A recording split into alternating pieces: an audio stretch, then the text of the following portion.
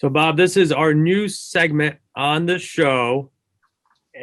We've tested it out. You're the third person that we've done this segment with. I really love it. It gets me excited every single time. It's called Balls and Strikes.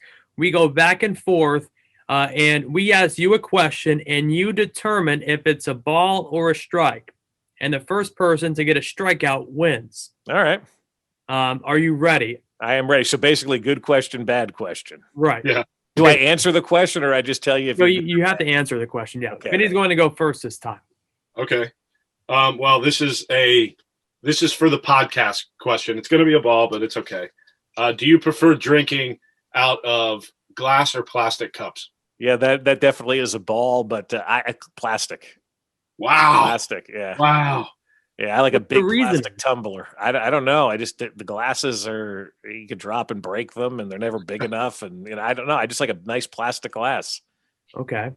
What is one piece of a sports memorabilia you don't own that you would like to own? Everything, because I don't own much of anything at all. and I'll say that's a strike, because I like that question. People think you've got all kinds of stuff and great stuff all around, and I've never been one to go out there. We're not really allowed to do that kind of stuff either, but I don't own much sports memorabilia, so anything would be the answer to that question. Yeah, I agree. Like, I was taught at a very early age, like, you don't ask anyone for an autograph. No, it's not proper. I mean, you're there working, you're not there to collect autographs. So Yeah, exactly. That's why I'll never ask Vinny for his autograph. that's right. So I'm up 0-1. Vinny's behind 1-0. All right, so the 0-1 pitch coming in over the plate. When was the last time you surprised yourself? Oh, I'll have to say it's a strike, because I don't know the answer to that question. The last time I surprised myself.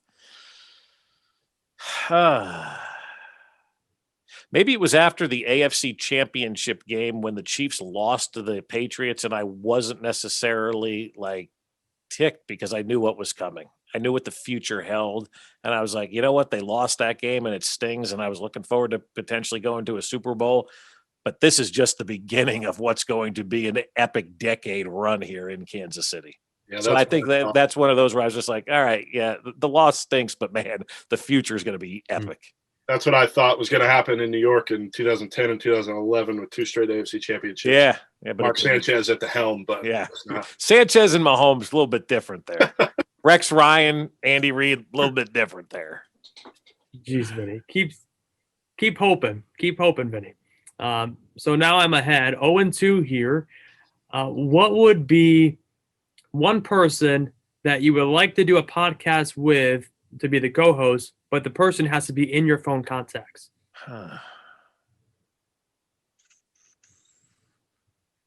Wow.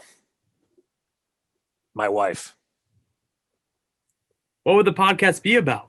It would be about everything that I do wrong and me trying to defend myself. And I'm going to give you a ball on that one, because I want Vinny to ask more questions.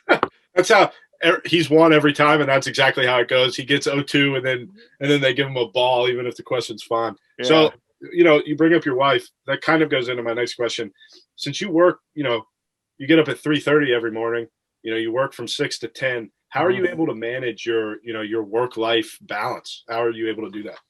It's not easy, and that's why you have to kind of pick and choose which games you're going to be a party to, and which games you're not, and you got to find a way to make do for everything. My wife, though, worked in sports. She's worked in 3 of the 4 major professional leagues and for Division I university and whatnot, so she understands what it's all about. I kind of found the perfect match for me. She understands what's going on, and she gets it. So it's not like I have to sit and explain why I have to watch this game or do that or the other thing.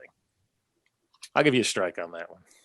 Thanks. It didn't feel like a legit strike, but whatever. Oh, what is Hernandez behind the plate? I see how. Yeah, that's right. Okay, my favorite question: what is the best position in baseball? Not the most important, the best. First base. That's what I played. Let's go! Let's go! That's a big answer right there. You're actually on our list for guest of the year. Yeah, I'm good. That is big time. I'm very excited about that answer. That's right. First base. I was a fat lefty. I had no other choice. But I was good with the glove. Couldn't hit worth a lick, but man, I could field. Man, that's perfect. That is perfect. I don't even want to ask any more questions. All right, you win. Strike 3. Let's go. That was strike 3, and it was a 1-1 count. Let's go. So, Alex, do you want to blow them up, or do you want me to do it? You can do it, Vinny. You're better at this. All right.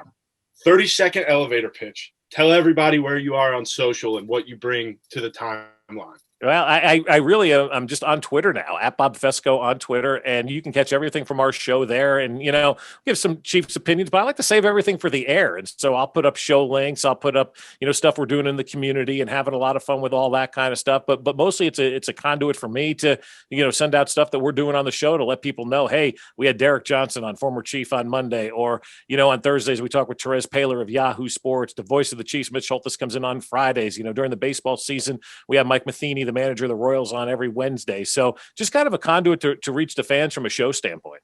Yeah, I did. I used to have a Dwayne Bowie jersey. Oh, yeah? So no big deal.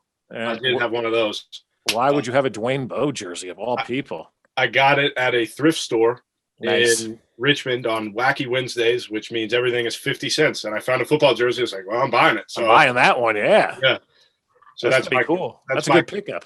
Yeah, I wish I had. You should hang it back there. I know I have it somewhere in the house, but I don't know where it is. But so why don't you blow your show up instead of just your social? Blow the show up. Tell everybody where they can find you. You could download the radio.com app, which is an unbelievable app, and listen to us there at 610sports.com. Also, if you want to go on the desktop version, just go to 610sports.com, click the listen button, and we are right there. But more importantly, download that radio.com app so you can have it everywhere you go. Before we go, just a quick follow-up. You brought up you interview Mike Matheny during the Royals season every single week.